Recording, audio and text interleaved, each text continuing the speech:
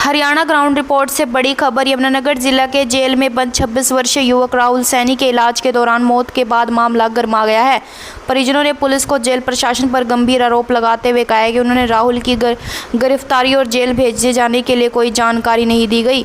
परिजनों का आरोप है कि जेल प्रशासन दावा कर रहा है कि परिजनों ने संपर्क करने की कोशिश की गई थी, लेकिन दिया गया मोबाइल नंबर बंद मिला। लेकिन परिजन इस बात से मना कर रहे हैं कि उनका कोई फ़ोन नहीं आया और अब मौत के कारणों का खुलासा पोस्टमार्टम रिपोर्ट के बाद होगा।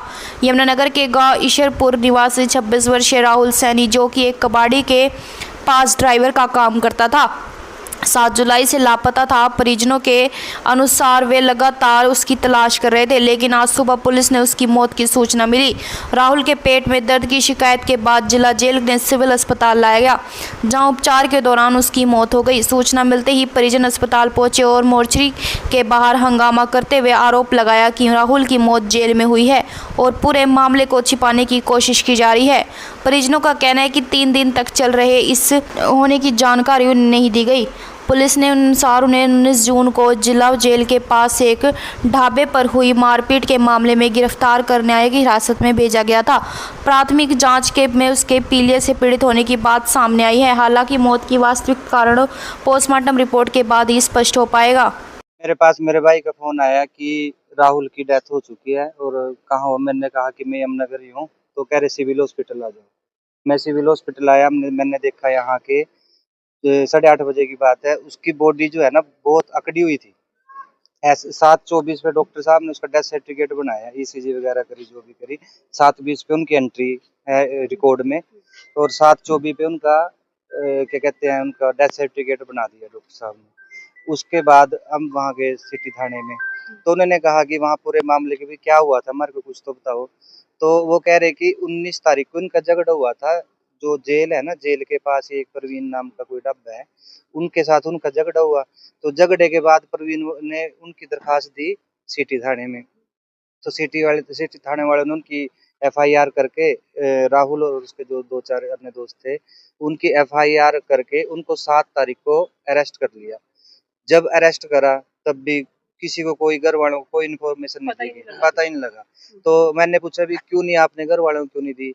कह रहे घर वालों को दे सकते हैं, दोस्तों को दे सकते हैं, कि हमने दोस्तों को दे दी थी।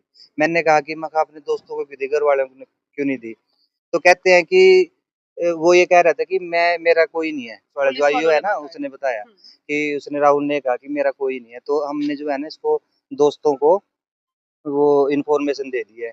तो जबकि ला जो अपना कानून है, ये कहते हैं कि 4 घंटे के अंदर अंदर, अरेस्ट होने के 4 घंटे के अंदर अंदर माता पिता को या घर वालों को सूचना देनी पड़ती है। ना तो ने उस टाइम सूचना दी जब ये लेके आए, आज लेके आए, आज तब इन्होंने सूचना दी घर वालों को। तो ये कह रहे हमने पता नहीं था। तो आज 8:30 बजे मृत होने के बाद इनको कैसे पता चल गया कि राहुल इस सर पर का है? तो आप कह रहे थे कि दाल में कुछ काला है। दाल में कुछ काला नहीं है जी, सारी दाल ही काली है।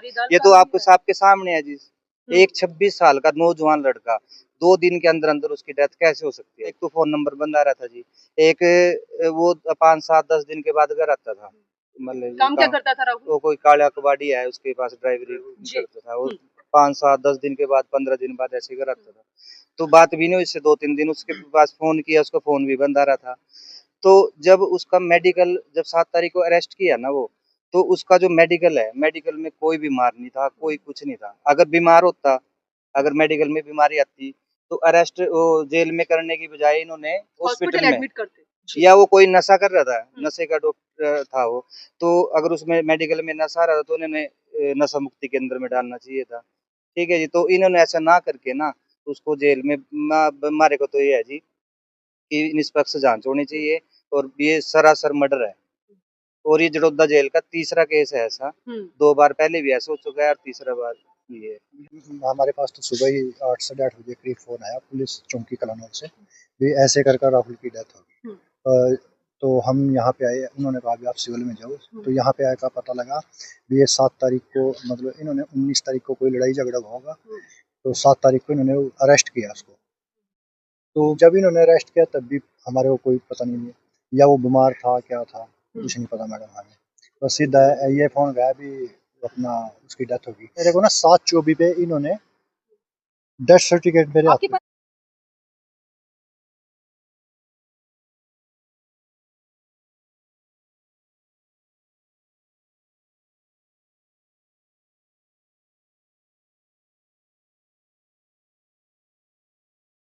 हाँ मैं ड्राइवरी कर रहा था जी पकवाड़ी के पास, कुछ भी मालूम नहीं अच्छा, हमने नहीं पता रेस्टेड है हमारा बच्चा, क्या हमारे को पता नहीं होता कौन आदमी है जिसके माँ बाप को पता नहीं होता, इन्फॉर्मेशन मिलती है कि आपका बच्चा यहाँ थाने में है। क्या पहले कभी कोई केस वगैरह हुआ राहुल के ऊपर? पहले भी होया, पहले परमिशन मिली मैंने, एक दो बार आया गया है जेल में। किस मामले में था पहले? लड़ाई झगड़े में कुछ भी होया होगा,